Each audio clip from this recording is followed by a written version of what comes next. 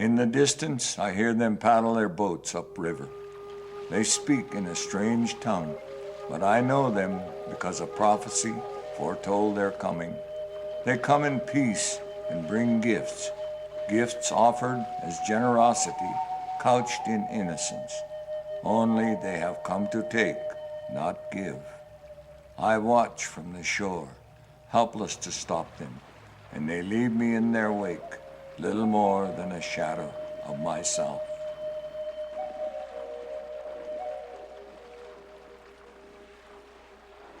I am really ambiguous about this expedition. I don't like to call it the Corps of Discovery. I really abhor the word discovery. And everything around them already had names. Everything around them already had been identified for thousands of years. It was an invasion into their homeland. The Indians were the object and the problem. Impediments to our manifest destiny. And the termination of languages, the loss of lives. We need to speak truth about what happened. To include an honest and truthful version of what happened in Native America as a result of the Lewis and Clark expedition.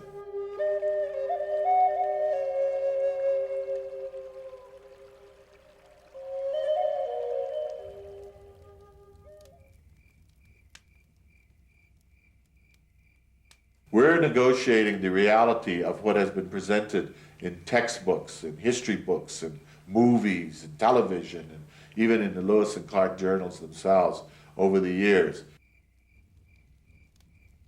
And so I see the Lewis and Clark expedition commemorative as an opportunity, as an excellent opportunity that Indian tribes were able to take advantage of, should take advantage of, to present their renegotiation of reality and set the record straight.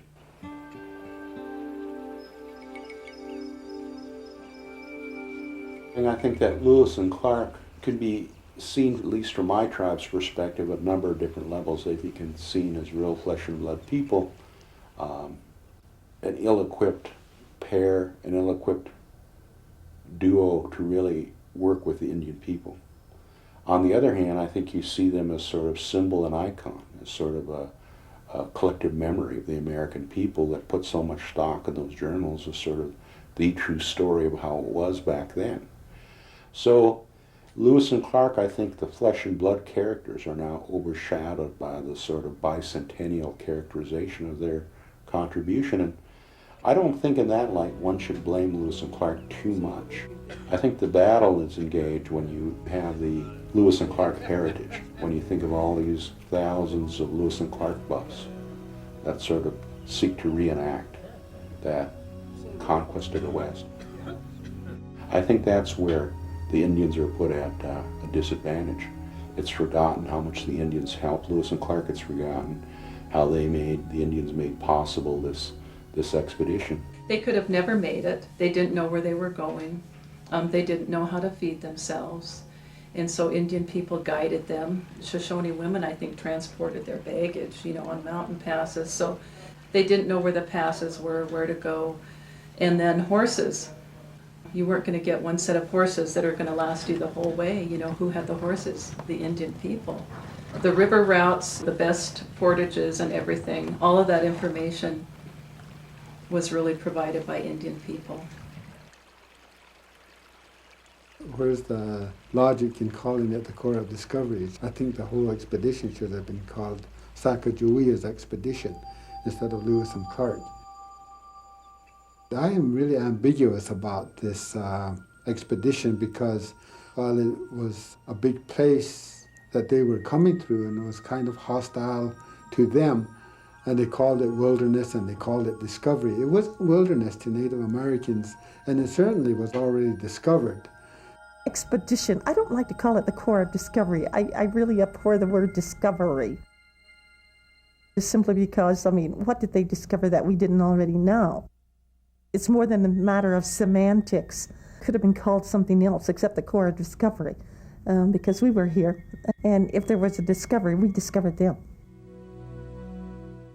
For some people, it was an invasion into their homeland. The idea that the expedition didn't realize that they were entering a very old tribal world. it didn't seem to be in their thinking. They realized that they were encountering people, but there was still the belief we are exploring our new purchase, we're exploring our own country, was still paramount in their mind, and looking for what benefit we can get from this new acquisition. What are we going to get out of this? What resource can we exploit?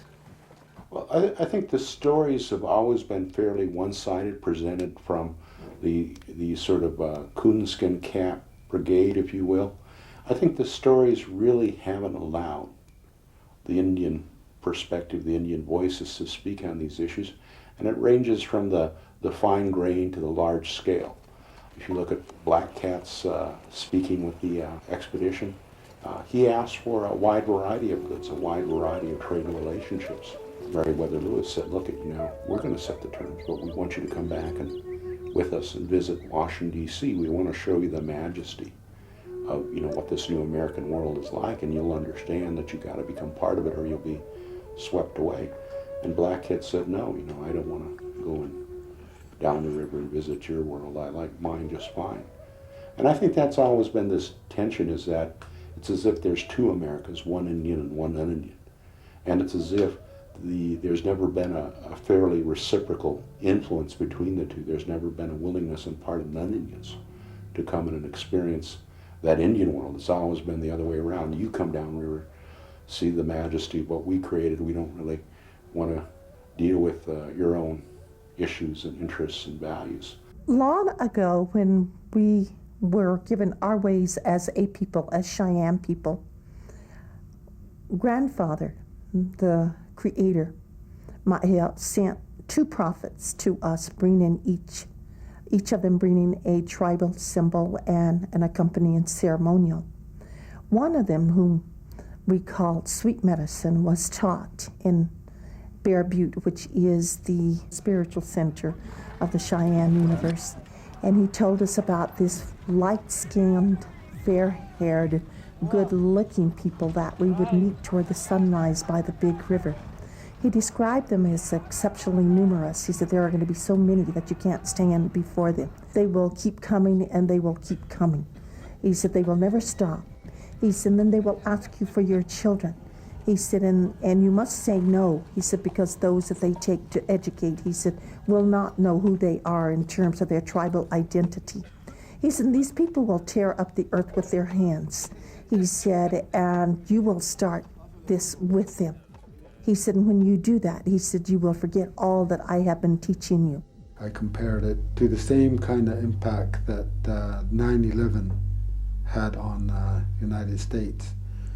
A lot of things that happened after 9/11 were irreversible. We have a different relationship with the rest of the world at that time, right here in the United States and with other people. I'm sure that over time, maybe not as abruptly, but in more slow motion fashion, that what happened with the coming of the Lewis and Clark expedition was every bit as disastrous and catastrophic eventually for Northern Cheyenne people and other ethnic, indigenous ethnic groups at that time. It happened over a longer period of time, and in some cases still happening today. Intellectually and culturally, we're still being impacted by what this culture and this society that we now find ourselves in has brought to us. You can look at it on a very negative basis and say it has destroyed the integrity of our spiritualism, of our cultures, of our languages, and has really made us suspicious of other people. These guys were adventurers, certainly pretty young men who still had all the needs that young men have. And it's sort of a story of the encounter of the young, brash Americans with cultures ancient. And it seems to me that that's interesting. You have a very young, new political culture, the Americans meeting these ancient cultures. Surprising to me that the encounters were, in many cases, fairly successful, other cases not.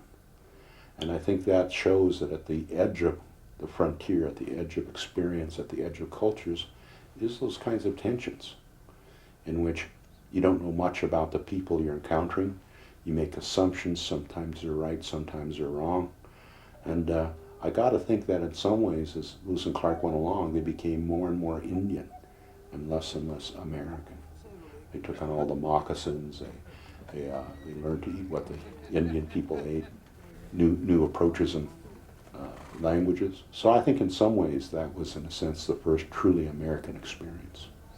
The Louisiana Purchase occurred in 1803, and there came this massive migration across the interior of the continent, and then there was this whole need to carry out this, not just the concept of manifest destiny, but this whole idea of the melting pot in which everyone was to become American, whatever that means.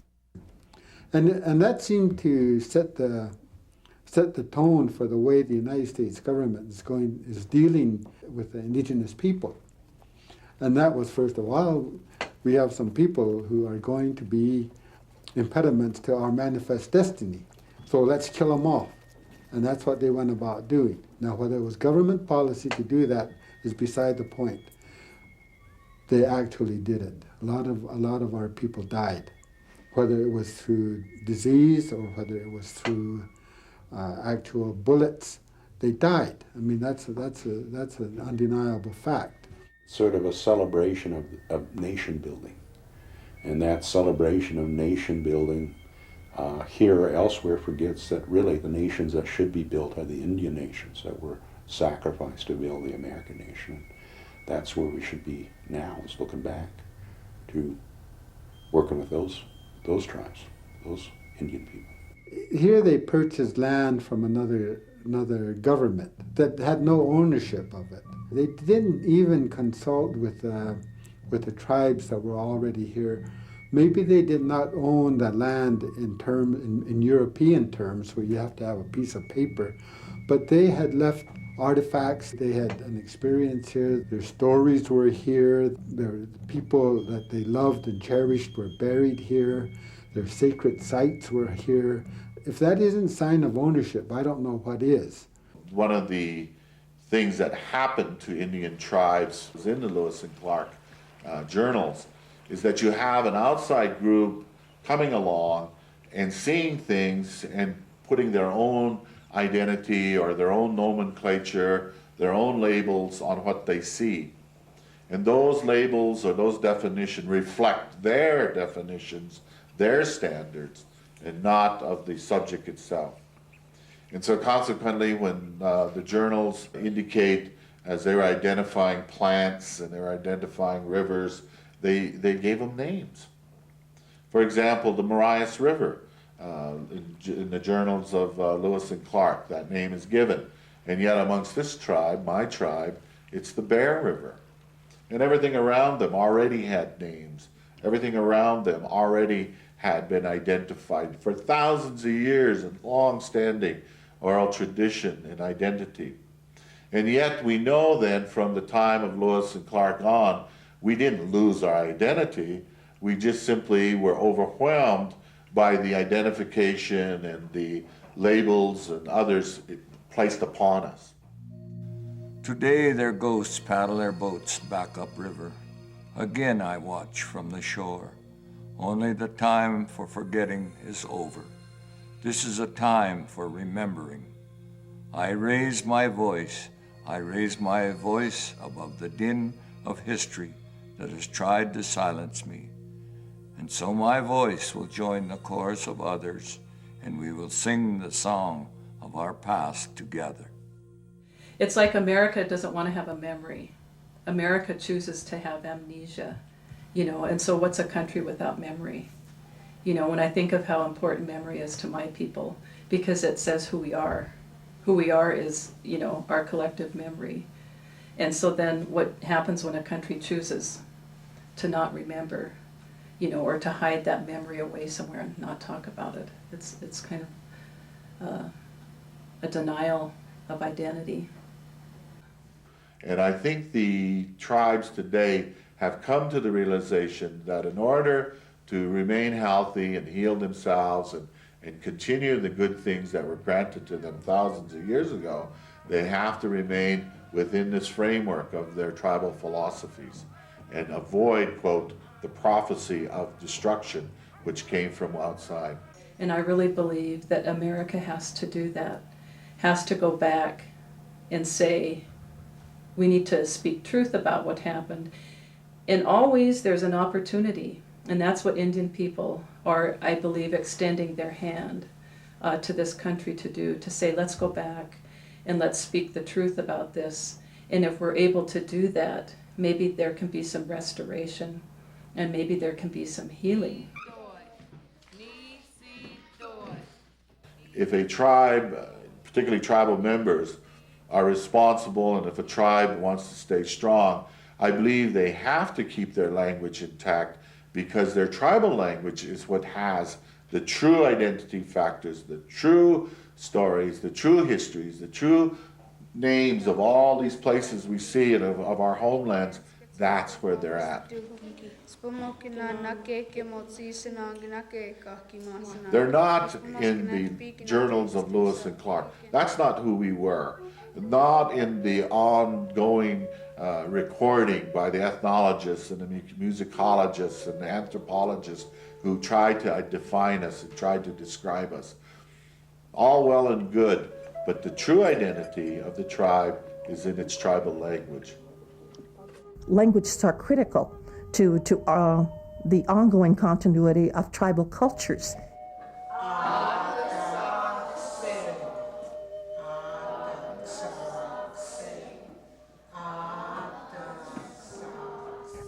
And of course, that was exactly what sweet medicine meant when he said, don't let them take your children and educate them. I think that has been an exceptional, powerful impact upon Native cultures and Native identity, in the respect that children were just separated from all that was Indian, if I can use that term, whether it was Blackfeet, Cheyenne, or any of the other 500 or so Indian tribes. And schools have not done a very good job at all in providing the kind of bilingual, bicultural education that is going to help build very positive self-esteem on the part of our young people. So you go to school and you read all about this really one-sided story, and you think, well, this is what makes us as Americans. This is what makes us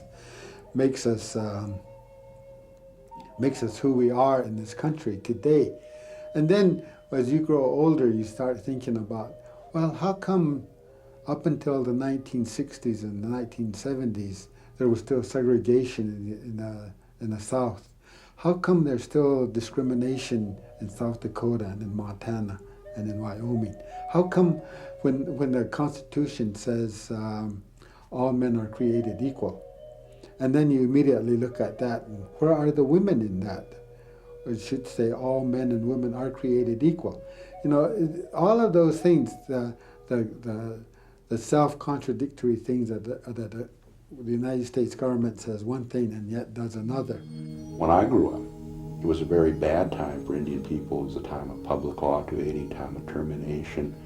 Indians were required to bear burdens, not exercise self-determination. Indians routinely in the little town I grew up in on the reservation be picked up in these sweeps for drunk and disorderly. You'd see them out in the road gangs working. One thing that self-determination has actually changed on the ground is that doesn't happen anymore. You don't see those Indians out there working on the road gangs.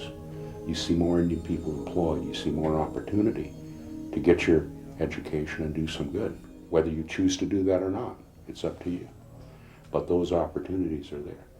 So my challenge has been education in general, the education of a general public that knows little or nothing about Native Americans, the fact that we still exist, the fact that we did not vanish, the fact that we are a very diverse group of people, the fact that we have very highly educated individuals that can function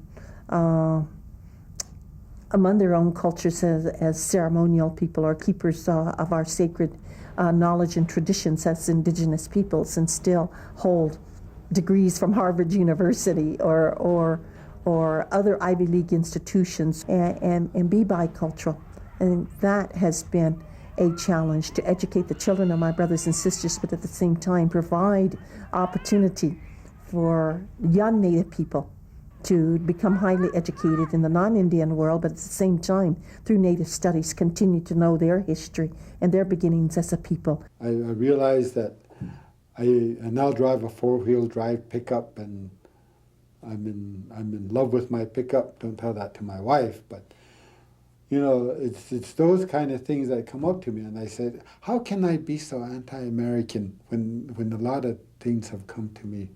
And a lot of that's come to me because of my own personal efforts at getting educated, making sometimes the right choices, more often the wrong choices, but learning from those wrong choices. I think it's paramount then to school programs to include this Lewis and Clark expedition, but also at this time it's a great opportunity for the schools also to begin to incorporate more Native American history, Native American language, Native American heritage programs that allow then the student of tomorrow to begin to have a fuller and much more vital picture of the history of the United States. The history of the United States includes Native Americans, period. And that we shouldn't be relegated to something like Native American Studies or American Indian Day once a year, or occasionally in perfunctory types of introductions within the public school curriculums about Native Americans. I think that Native American history is incorporated into the full history of the United States and has to be presented in the public schools, private schools, colleges, across the board, because these are the institutions that are educating the children of tomorrow. And it's the children of tomorrow who can bring a different assessment, can bring a different point of view, can bring a more honest perspective about the history of the United States. That includes the Indian point of view. I wouldn't say that the white people were the beginning of the end for anything. It's simply a new choice that Indian people have to regard in light of what they've learned from that experience. It's better for us Native Americans to be minorities in this country, simply because at least we have some recourse. And whether that recourse is instantaneous is another matter, but at least we have some recourse through laws and governments where nobody just shoots us nowadays. I think that over the past 200 years, the United States government has reached some sort of maturity. So it was probably inevitable, but I think the contact and the could have been a little bit more respectful of the fact that Native peoples were here, are still here today. And so I would say that if there has been anything that the Lewis and Clark expedition brought, it has been a different form of education that has not equipped our young people to live with the kind of cultural dignity that is their right as Indigenous children. I don't think by any means it was the end of things for the Mandahatadats and Recourse people. It was a requirement to sort of readapt to new environments. They had adapted over hundreds, perhaps thousands of years to that very difficult environment of North Dakota and the river bottoms. And they're sort of having that new challenge, adapting to a world that's half Indian and half not, sort of. And therefore it's requires a new type of attitude, a new type of value. But just like Sakakawea dealt with very difficult circumstances and lived a good life, you can deal with difficult circumstances and still be who you are. That's the lesson I think that a lot of the young Indian men and women are learning. Sweet medicine's words were meant to encourage us, rather than to say you guys are going to die off if you don't keep being Cheyenne. I think we have the power within ourselves to postpone that, or maybe to completely eliminate it. And when we can do that through education, we can do that through informing ourselves of other people. We can do that with learning about the other sides of the history that was spoon-fed to us in our schools. I do not know if there has been the kind of concerted effort that there should be among youth to begin to look at and have a voice in the continuing history of this country. So I think 100 years from now, the story is going to be far more balanced, far more nuanced, far more useful, far more insightful. I think we're sort of the last gasp of what you call that nationalism era, in which the Indians were the object and the problem, the Lewis and Clark were the good guys. I think 100 years from now, you'll have a very different portrayal, a more realistic, honest reconciliation of those facts and issues. The view from the shore has changed.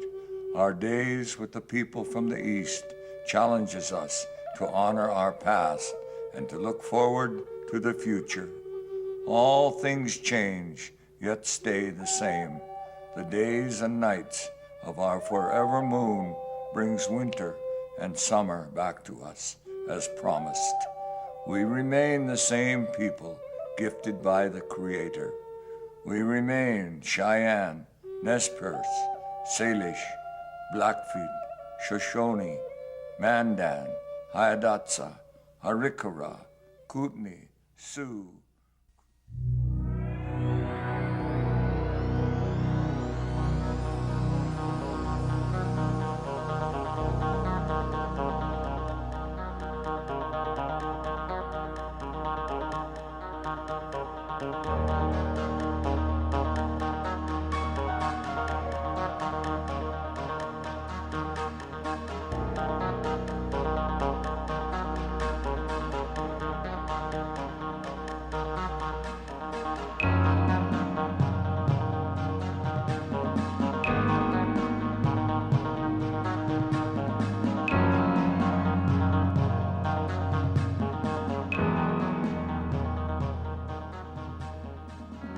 Black Dog Films.